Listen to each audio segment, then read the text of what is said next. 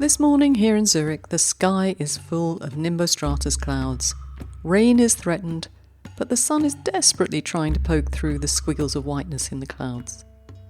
In the distance, towards the mountains of the Toggenburg region of Switzerland, I can even see a little bit of blue sky. Nonetheless, as I head out this evening, I'll make sure to have an umbrella about my person. Hello, Patricia here, welcoming you to the Poetry Pcast. You regulars will know I like a weather forecast, but why such detail this time?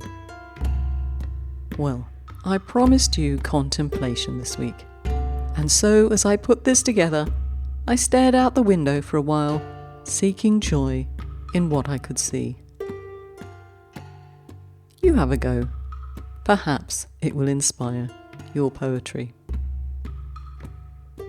This week, I want to bring you some poetry by Ryōkan, a holy man, a hermit, a monk who spent much of his life practicing humility to gain spiritual truth.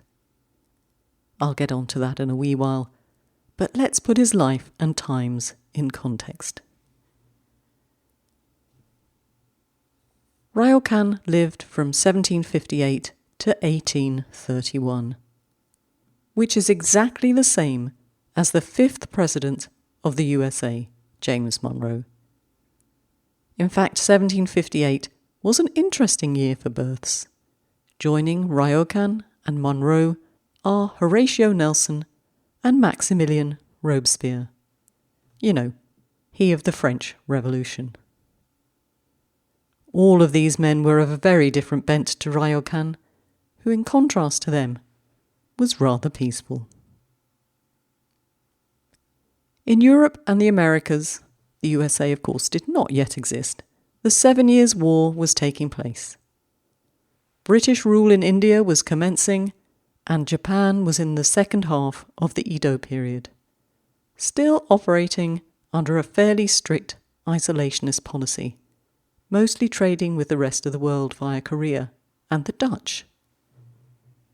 Have you watched the series Shogun yet? It did very well in the Golden Globes recently, and it was good. But I ask you, how did it beat Slow Horses? I'm sorry, that's just not right. If you disagree, feel free to send me an email. But really, Slow Horses? Wonderful! Anyway, back to Ryōkan. As I said, he was a man of peace and simplicity, but he could have had a very different life, coming as he did from a prosperous family. His father was a village headman, a priest, and a merchant. And I believe Ryōkan was the eldest son, and he did train to take over from his father, but found the position not to his liking. I suspect his temperament was not suitable, and he decided instead on a religious path, training in his local Zen temple, where he took the name Ryōkan. Ryo meaning good, and kan suggesting a generous heart. After 13 years, he achieved enlightenment. At least, he received a certificate to suggest that he had, and then he took himself off to travel for around 5 years, until his father's suicide. At this point, he came back to his home village, found himself a hut nearby in the mountains, and he stayed there, meditating and meeting his daily needs by foraging and begging. At the age of 60, he moved again, this time to a hut near the Otogo shrine. And for the last time, at the age of 69, he moved in with one of his disciples because of his ill health. At this stage of his life, 69, he met a young female disciple, a nun, with whom he fell in love. Her name, Taishin. She was 40 years his junior. And next week, we'll hear more about her and the poetry they wrote to one another. I wanted to bring you some of Ryōkan's poetry because I've come across it from time to time and really enjoyed it. but I found it quite difficult to find examples of his poetry all in one place. And I'm so grateful to Thomas Fester for alerting me to a book, Sky Above, Great Wind, The Life and Poetry of Zen Master Ryōkan, by Kazuaki Tanahashi, which in turn led me to other books of his poetry, translated into English, and I'll reference some as I go along. But Sky Above is a great place to start if you're interested in Ryōkan's life and work. As I said, I really enjoyed the work I'd read, but in reading more about him, I began to understand why. He really did seem to take pleasure from the little things that I certainly take for granted far too often, like that sun poking through the white cloud, or the sparrows eating from the coconut shell in my garden, or the sound of children on their way to and from school. Ryōkan was known to enjoy the company of children, something that today we might be a bit wary of. But think about it. How much fun is it to play chase with children, to read books with them, to throw a ball around? And there are many anecdotes about Ryōkan playing with the local kids, or using his calligraphy skills to amuse them. Apparently he was a great calligrapher, so much so that his work was forged and sold to make money. Not for him, because he himself wouldn't do it. But should a child ask him for a piece of writing, he might well oblige. One anecdote tells of a child asking him for a piece of calligraphy which he wanted to use as a kite. Ryōkan wrote the characters "Sky above, great wind" to help call the wind for the child's kite. So now I can understand a little bit about why I love his poetry. It really does show a man in tune with himself and his surroundings. But being anything but Zen myself, I think, had we met each other, he'd have been a little too much for me. In another anecdote, a friend of his came calling, and Ryōkan had no sake for him to drink, and so excused himself to go to the village and no doubt beg for sake for his friend. The friend waited patiently at first, but Ryōkan was gone for hours. And he began to worry and went looking for him, only to find him a few hundred yards away, sitting looking at his surroundings, because something had caught his attention and he was deeply focused on it. I love the idea, but I think as a friend he might drive me crazy. So what of his poetry? Ryōkan wrote all sorts. Kanshi, which literally means hand poetry, and is a term used in Japanese to denote Chinese poetry, as well as Japanese poetry written in Chinese. Here's an example translated by Haruo Shirane.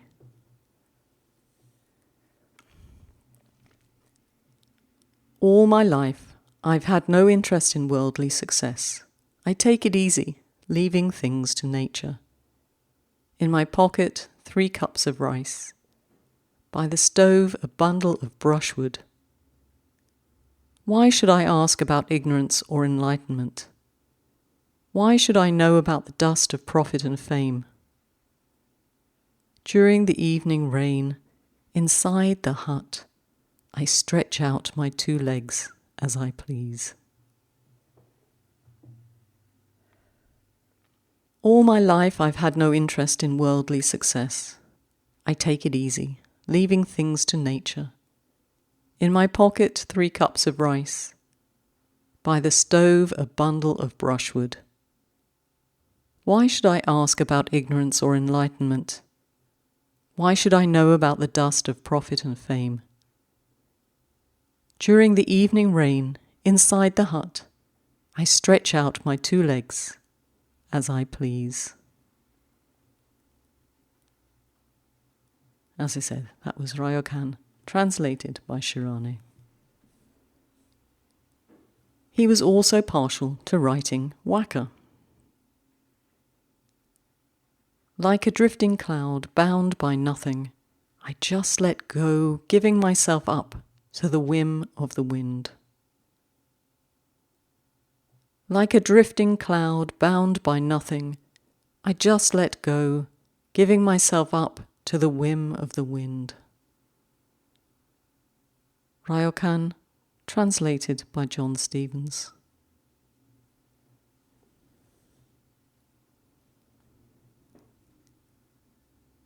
In remembrance, after I'm gone, in spring the cherry blossoms, in summer the cuckoo's song, in autumn the crimson leaves. In remembrance, after I'm gone, in spring the cherry blossoms, in summer the cuckoo's song, in autumn the crimson leaves. Ryōkan, translator unknown. In reality, as in dreams, I expect no visitor, but old age keeps calling. In reality, as in dreams, I expect no visitor, but old age keeps calling. Ryōkan, translated by Kazuaki Tanahashi. I think my knees could probably identify with that poem. In the mountain shade, water in the moss drips between rocks. I feel a glimmer of clarity. In the mountain shade, water in the moss drips between rocks. I feel a glimmer of clarity. Ryōkan, translated by Kazuaki Tanahashi.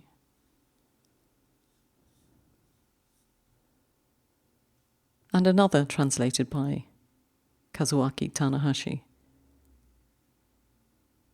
Together with others, I view the moon above the capital city, but I long for the feel of the land.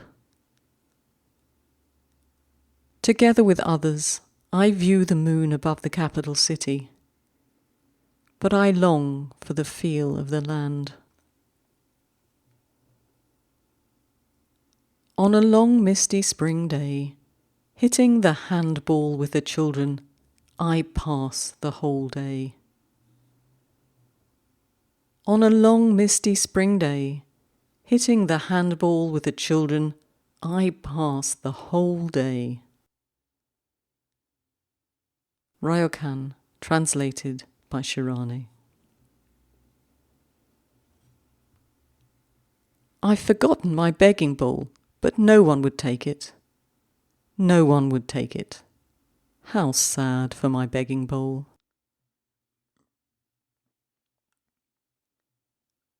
I've forgotten my begging bowl, but no one would take it. No one would take it. How sad for my begging bowl. Ryōkan, translated by Burton Watson. The ink-dyed sleeves of my robe, if only they were broad enough to shelter the poor. The ink-dyed sleeves of my robe, if only they were broad enough to shelter the poor. Ryōkan, translated by Kazuaki Tanahashi. And of course he also wrote haiku, and was not above alluding to the work of the master, Basho, much like the rest of us, I guess. New pond, no sound of a frog jumping in. New pond, no sound of a frog jumping in. Ryōkan, translated by Kazuaki Tanahashi. I don't think I mentioned that I enjoyed the traces of humour in his work. like this one. The persimmon picker's testicles look frozen in the autumn wind. The persimmon picker's testicles look frozen in the autumn wind. Ryōkan, translated by Kazuaki Tanahashi. Is it the humour, or is it that as a Brit I find that sort of vulgarity humorous? Probably the latter. The thief left it behind, the moon at the window. The thief left it behind, the moon at the window. Ryōkan, translated by R.H. Blythe. There's another little anecdote about Ryōkan. A thief broke into his hut. As you can imagine, being a hermit and a beggar, he didn't really have much there to steal. Only the mat that he was lying on. So apparently Ryōkan rolled over and let the thief take the mat. He was something else, wasn't he? The sound of the scouring of the saucepan blends with the tree frogs' voices. The sound of the scouring of the saucepan blends with the tree frogs' voices. Ryōkan, translated by R.H. Blythe. And here's another version of the same poem. I wonder which you prefer. Translation makes such a difference, doesn't it? Rain frogs disappear into my scrubbing of the pot. Rain frogs disappear into my scrubbing of the pot. Ryōkan, translated by Kazuaki Tanahashi. For my fire, the wind brings enough fallen leaves. For my fire, the wind brings enough fallen leaves. Ryōkan, translated by Tokiyuki Nobuhara.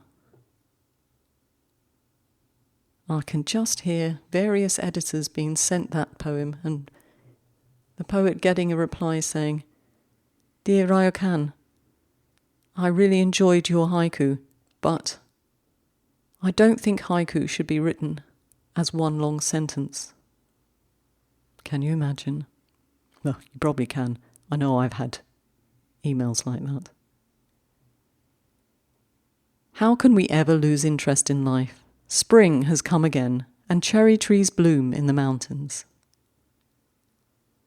How can we ever lose interest in life? Spring has come again, and cherry trees bloom in the mountains. Ryōkan, translated by John Stevens. In the poems I've read, you rarely see or feel Ryōkan's ego, but just on occasions it seeps through. On rainy days, the monk Ryōkan feels sorry for himself. On rainy days, the monk Ryōkan feels sorry for himself. Ryōkan, translated by R.H. Blythe. Could it be the loneliness of his existence we're seeing and feeling? I hope you enjoyed these poems of Ryōkan, and perhaps they've encouraged you to take some deep breaths, to take some time to just enjoy what's around you and appreciate what life has given you. You know, sometimes life gets on top of us, and we feel that it really hasn't delivered much except sorrow or hardship. But when you stop to think and look around, I bet you could count your blessings on more than one hand.